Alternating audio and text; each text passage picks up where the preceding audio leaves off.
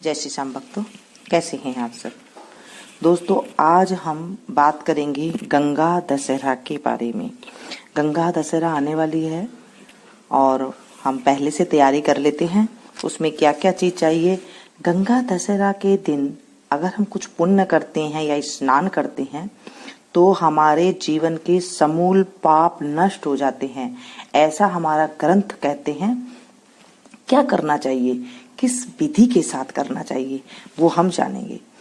देखिए, जेठ मास की शुक्ल पक्ष की जो 10वीं तिथि आती है ना, अभी शुक्ल पक्ष ही चल रहा है। जेठ मास की सुदी 10वीं तिथि को गंगा दशहरा आता है।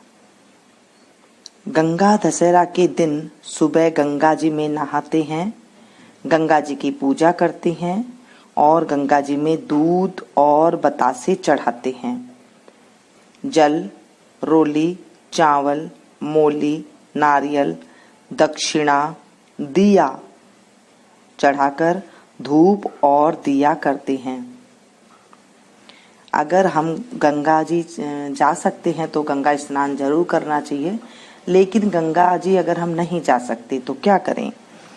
देखिए, पहले आप जिस बर्तन में स्नान करते हैं, बाल्टी में, पहले आप उसे अच्छे से धो लें, साफ कर लें, मांज लें, अच्छे से स्वच्छ कर लें।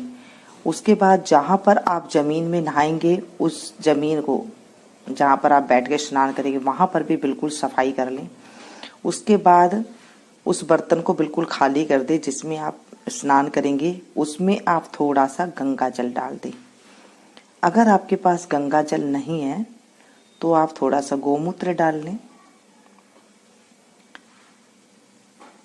और अगर गोमूत्र भी नहीं है तो तांबे में रखा हुआ जल श्री गंगे गंगे कहकर भी उसमें डाल सकते हैं। उसमें पहले वो जल डाले, गंगा जल या गौमूत्र या फिर तांबे वाला जल, ये डाल करके उसके बाद आप जिस पानी से नहाते हैं वो पानी आप डाल लें। गंगा दशहरा के दिन तेल साबुन वगैरह नहीं लगाना चाहिए, क्योंकि हम गंगा स्नान कर रहे हैं ना, तो गंगा स्नान में हम तेल साबुन नहीं लगाते हैं। उसी विधि के अनुसार जब हम घर में भी स्नान करेंगे तो हमें उतना ही फल की प्राप्ति होगी। अब गंगा मैया को जब हम पहले हाथ जोड़कर स्मरण करेंगे, हे गंगा मैया, आज मैं आपके जल से स्नान कर रही हूँ और इससे मेरे समूल पाप नष्ट हो जाएं, ये कहकर उस जल को पहले प्रणाम करें तो वो गंगा मैया ही बन जाती है। उसके बाद उस जल को थोड़ा सा हाथ में लेके इस तरह से कहना चाहिए। वैसे देखिए, संस्कृत भाषा में कहा जाता है, लेकिन संस्कृत भाषा जो है हर कोई नहीं बोल सकता है और ना ही जो है उच्चारण सही हो पाता है, कोई कोई बोल पाता है। तो मैं आपको सिंपल भाषा में बता देती हूँ कि किस तरह हमें बोलना चाहिए। हर हर गंगे, हर हर गंगे, इस तरह से बोलकर अयोध्या, मथुरा, काशी, अवंतिका, हरिद्वार, द्वारिका, मायापुरी, कांची, इस तरह से इन नदियों का नाम लेकर के और उस जल को फिर जिस बर्तन से आप स्नान कर रही है उससे आप स्नान कर ले, अच्छे से स्वच्छ हो जाए। और अच्छे से हर हर गंगे करके, अगर आपसे ये भी नहीं बोला जा रहा तो सिर्फ हर हर गंगे कहकर आप वहां पर स्नान कर लें, तो गंगा का जो है फल हमें मिल जाता है। और उसके बाद पूजा विधि ये है कि अगर आपके पास गंगा जी नहीं है तो आप किस में चढ़ाएंगे। आप एक परात ले लें, बड़ा बर्तन ले लें, चाहे बड़ा टोपिया ले ले, भगोला ले ले, जो भी आपके पास है, एक बड़ा बर्तन ले ले, उसमें पानी डालें। पानी डालने के बाद थोड़ा सा गंगा जल डाल सकते हैं पहले, उसके बाद पानी डालें। पानी डालने के बाद उसमें वो सब चीजें चढ़ाएं जो मैंने अभी आपको बताई है। दूध, बतासे, जल, रोली, चावल, मोली, नारियल, दक्षिणा और एक दिया। जैसे हम गंगा जी में जाते हैं तब आपने देखा है कि कागज के जो मिलते हैं, डोने कहते हैं ना, उसके अंदर बत्ती और वो वहां पर कपूर देते हैं और वो जला करके फिर हम वो थोड़ा सा पानी को आगे सरका देते हैं तो वो फिर वो आगे जो है बह जाता है। अब हम घर पे कैसे करेंगे? घर के भी बिल्कुल ऐसे ही करेंगे। पहले चावल चढ़ाएंगे, रोली चढ़ाएंगे, दूध चढ़ाएंगे, मूली चढ़ाएंगे, नारियल चढ़ाएंगे, दक्षिणा चढ़ाएंगे और दिया भी पास में जो है एक, आप अगर आपको दोना मिल जाए तो सही बात है, नहीं तो मिट्टी का दिया तो हर घर में होता ही है, क्योंकि जब हम दीपावली पर लेकर के आते हैं। अगर आपके पास कोरा दिया नहीं है, यानी कि बिल्कुल कोरा जो लेके मार्केट का आता है, ऐसा दिया नहीं है, तो आप जो जलाया हुआ दिया है उसे धो करके अच्छे से उसे यूज में ले सकते हैं। नहीं है तो घर का जो दिया है, पीतल का दिया है, उसे ही उसमें ही आप जला करके और पास में रख दें, तो वो भी आप मान्यता हो जाती है। वैसे हो सके तो आप दोने वाला ले लें, जो दोने वाला होता है। नहीं तो आप जैसे कागज की नाव बनाते हैं ना बच्चे, वैसे आप उसमें भी जला बना करके आप उसमें जो है बत्ती रख सकते हैं। अगर आप लोग कहेंगे ज्यादा कमेंट्स आएगा तो मैं आपको परसों जो है आपको पूजा करके भी दिखा दूंगी भाई किस तरह से घर के अंदर पूजा करें। फिर आप उन सबको मन में आएगा कि हम इन सब का क्या करें। पूजा करने के बाद जब जोत एकदम से अपने आप ही हो जाए, उसके बाद शाम के टाइम तक जैसे दिन छिपता है ना, उसके बाद उससे पहले ही पीपल में जाके चढ़ाया है कहीं पर उस जल को, या फिर किसी अपने घर पे ही किसी पौधे में डाल दे। इस तरह से कर लें और तो ये गंगा जी की पूजा मान्यता हो जाती है। कई घरों में गंगा दशहरा के दिन आपके घर में जितने मर्द होते हैं, बेटे हो, उतने जनों का 1.25 सेर आटे का चूरमा और पूड़ी बनाकर हनुमान जी की पूजा की जाती है। कई घरों में, जैसे बानियों के घर होते हैं, ब्राह्मणों के घर होते हैं, कई घरों में इस तरह से पूजा हो जाती है। कई घरों में कुछ अलग तरीके से पूजा होती है। जो नॉर्मल पूजा है वो मैंने आपको बताई है, लेकिन कई घरों में ऐसे पूजा की जाती है। हनुमान जी को जो है पूजा कर चूरमा और पूरी अपने नौकरों को और ब्राह्मणों को बांट देते हैं, और इस जो प्रसाद है इसको रात को बासी नहीं रखा जाता है। सब कोई उसे प्रसाद के रूप में ले लेते हैं और इस तरह से गंगा दशहरा की पूजा की जाती है कई घरों में। और जो नॉर्मल पूजा है मैंने आपको बता दी है। अब उसके बाद क्या करेंगे आप? उसके बाद आरती करेंगे, कथा करेंगे, उसके बाद आप आरती कर लें। कथा इस तरह से है, प्राचीन काल में अयोध्या में सागर नाम के राजा राज्य करते थे।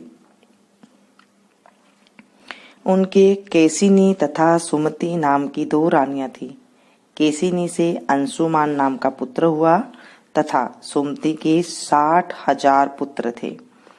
एक बार राजा सागर ने अश्वमेघ यज्ञ किया। यज्ञ की पूर्ति के लिए एक घोड़ा छोड़ा। इंद्र यज्ञ को भंग करने हेतु घोड़े को चुराकर कपिल मुनि के आश्रम में बांध आए। राजा ने यज्ञ के घोड़े को खोजने के लिए अपने 60,000 पुत्रों को भेजा। घोड़े को खोजते खोजते वे कपिल मुनि के आश्रम में पहुंचे तो उन्होंने यज्ञ के घोड़े को वहां बांधा पाया। उस समय कपिल मुनि तपस्या कर रहे थे। राजा के पुत्रों ने कपिल मुनि को चोर चोर कहकर पुकारना शुरू कर दिया। कपिल मुनि की समाधि टूट गई तथा राजा के सारे पुत्र कपिल मुनि की क्रोधाग्नि में जलकर भस्म हो गए। अंशुमान पिता की आज्ञा पाकर अपने भाइयों को खोजता हुआ जब मुनि के आश्रम में पहुंचा तो महात्मा गरुड़ ने उसके भाइयों के भस्म होने का सारा वृत्तांत कह सुनाया। गरुड़ जी ने अंशुमान को यह भी बताया कि यदि इनकी मुक्ति चाहते हो तो गंगा जी को स्वर्ग से धरती पर लाना होगा। इस समय अश्व को ले जाकर अपने पिता के यज्ञ को पूर्ण कराओ। इसके बाद गंगा जी को पृथ्वी पर लाने का कार्य करना। अंशुमान ने घोड़े सहित यज्ञ मंडल में पहुंचकर राजा सगर से सब वृत्तांत कह सुनाया। महाराज सगर की मृत्यु के पश्चात अंशुमान ने गंगा जी को पृथ्वी पर लाने के लिए तप किया, परंतु वह असफल रहे। इसके बाद उनके पुत्र दिलीप ने भी तपस्या की, परंतु उन्हें भी सफलता नहीं मिली। अंत में दिलीप के पुत्र भागीरथ ने गंगा जी की पृथ्वी पर लाने के लिए गोकर्ण तीर्थ में जाकर ब्रह्मा जी को प्रसन्न करने के लिए कठोर तपस्या की। तपस्या करते करते कई वर्ष बीत गए तथा ब्रह्मा जी प्रसन्न हुए। तब गंगा जी को पृथ्वी लोक पर ले जाने का वरदान दिया। अब समस्या यह थी कि ब्रह्मा जी के कमंडल से छूटने के बाद गंगा के वेग को पृथ्वी पर कौन संभालेगा। ब्रह्मा जी ने बताया कि भूलोक में भगवान शंकर के अतिरिक्त किसी में भी यह शक्ति नहीं है जो गंगा के वेग को संभाल सके। इसलिए उचित यह है कि गंगा का वेग संभालने के लिए भगवान शिव से प्रार्थना की जाए। महाराजा भागीरथ एक अंगूठे पर खड़े होकर भगवान शंकर की आराधना करने लगे।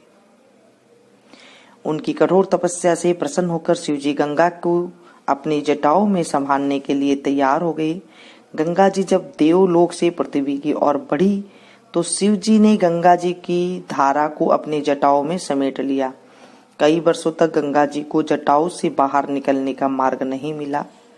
भागीरथ के पुण्य अनुनय विनय करने पर शिवजी गंगा को अपनी जटाओं से मुक्त करने के लिए तैयार हुए।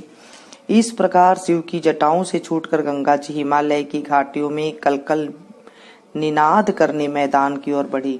जिस रास्ते से गंगा जी जा रही थी उसी मार्ग में ऋषि जैहुन का आश्रम था। तपस्या में विघ्न समझकर वे गंगा जी को पी गए। भागीरथ के प्रार्थना करने पर उन्हें पुण्य जांग से निकाल दिया। तभी से गंगा जहन पुत्री का जाह्नवी कहलाई है। इस प्रकार अनेक स्थलों को पार करती हुई जाह्नवी के कपिल मुनि के आश्रम में पहुंचकर सागर के 60,000 पुत्रों के भस्म अवशेषों को तारकर मुक्त किया। उसी समय ब्रह्मा जी ने प्रकट होकर भागीरथ के कठिन तप तथा सागर के 60,000 पुत्रों के अमर होने का वर दिया तथा घोषित किया कि तुम्हारे नाम पर गंगा जी का नाम भागीरथी होगा। अब तुम जाकर अयोध्या का राज संभालो। ऐसा कहकर ब्रह्मा जी अंतर्ध्यान हो गए। बोलिए गंगा मैया की जय। इसके बाद आरती करें। दोस्तों पसंद आए तो प्लीज एक लाइक जरूर दें। इसे ज्यादा से ज्यादा अपनों के साथ शेयर कीजिएगा ताकि औरों को भी लाभ मिल सके। मिलती हूँ मैं फिर एक नई जानकारी के साथ। Thank you.